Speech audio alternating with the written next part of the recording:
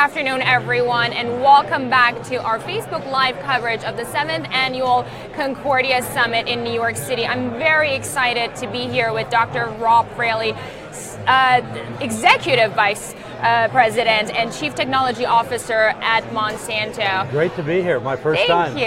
Well, I have a lot of questions, but my first question, Doctor, is tell me, what is modern agriculture? Because immediately I personally would think about GMOs. So explain, what should people think when talking about modern agriculture? Well, there's really two things.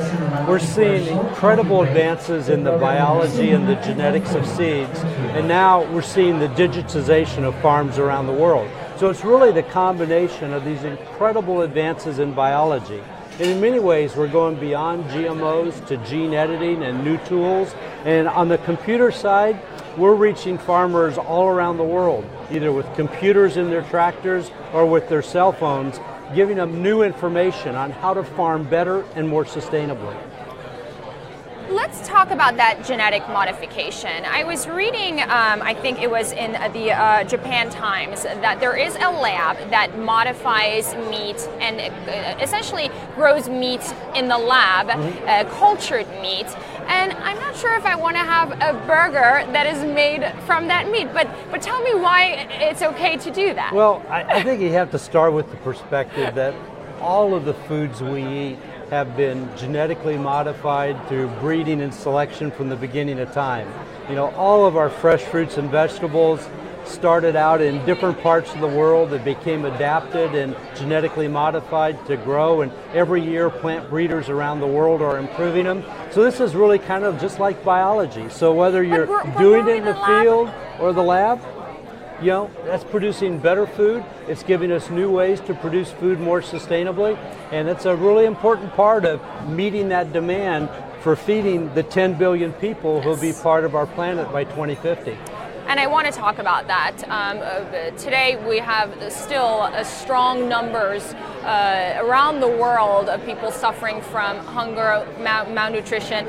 How are you planning to implement policies at Monsanto to help that population with the very sustainable ways of working in agriculture? It's really important, and one of the things I'll be talking about at the session later on is how these new tools, these advanced biology tools, which in the end give farmers better seeds, can be used by all farmers, whether they're big farmers in the US or smallholders in India.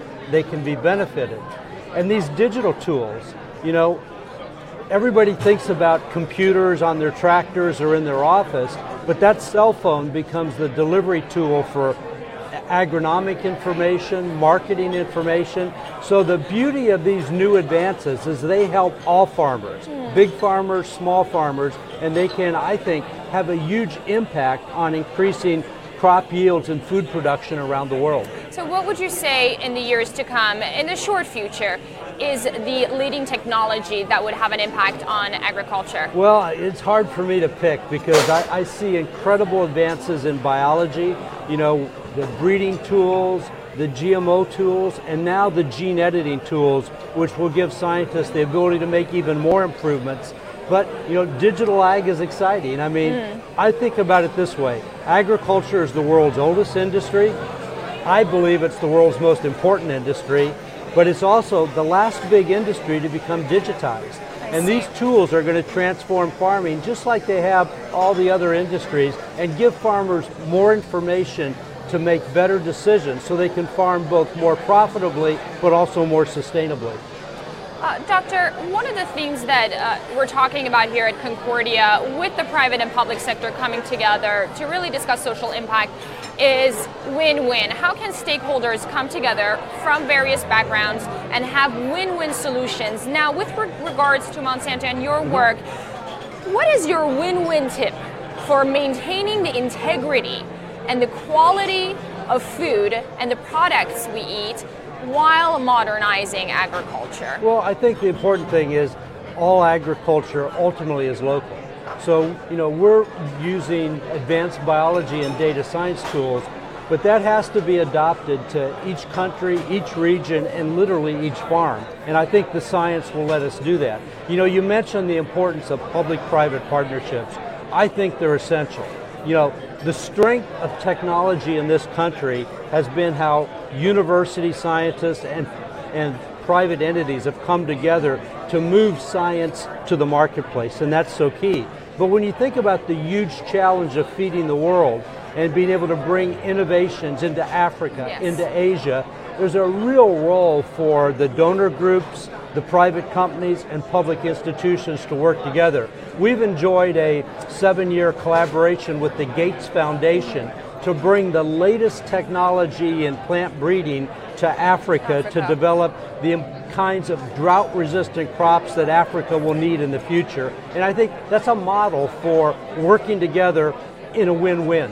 Absolutely, and we look forward to seeing win-win solutions out of your company, and I'm very glad that we had a chance to talk. This is such an exciting time for agriculture because not only do we have such incredible innovations, but the challenge, feeding 10 billion people by 2050, that's not that, by the time you're my age, that's our world. And so it's important that we make the right decisions today and the right investments so that we have the options and the tools that we'll need in 2050.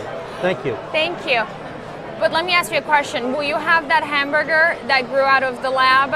It depends which lab? No, I will do it. In fact, I've already done a little bit of taste testing on some of the artificial mayonnaises and meats, and they're pretty good, and they're only going to get better. But I feel a lot of people are worried about getting sick or having an impact on cancer and future diseases. How can we mitigate that, and how can we study that? Well, it's kind of interesting because around the world we're enjoying the longest life expectancies, and we're seeing dramatic reductions in malnutrition. These technologies have been tested and approved, and they're highly regulated. We actually enjoy the safest and most secure food supply in the world, and I think we need to celebrate that system, and we can always make it better, but we have to step back and look at the incredible system that we have for food security and the contribution that we not only make in this country, but to food security around the world. Well, Dr. Robb Fraley, hopefully we reach a day where people are not hungry anymore. All right, maybe we'll share one of those burgers together. Maybe. All right. I don't know though. All right, thank you. You have to have Good the first bite. Bye-bye. Thank you so Thanks. much. Appreciate it.